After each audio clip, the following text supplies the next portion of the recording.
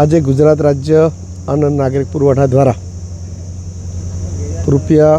2,80,00,000ના ખર્ચે નવીન 1500 મેટ્રિક ટનની ક્ષમતા ધરાવતા ગોડાઉનનું ખાતમુહૂર્તનો પ્રસંગ હતો। આજના આ વિશેષ કાર્યક્રમમાં મારી સાથે આવીને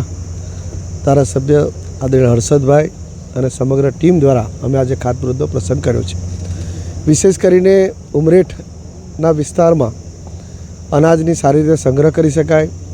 ખેડૂતોનો MSP દ્વારા અનાજ સારી રીતે ખરીદી શકાય અને જે લાભાર્થીઓ છે એને સારું અનાજ અહીંયાથી પહોંચાડી શકાય એ માટેનું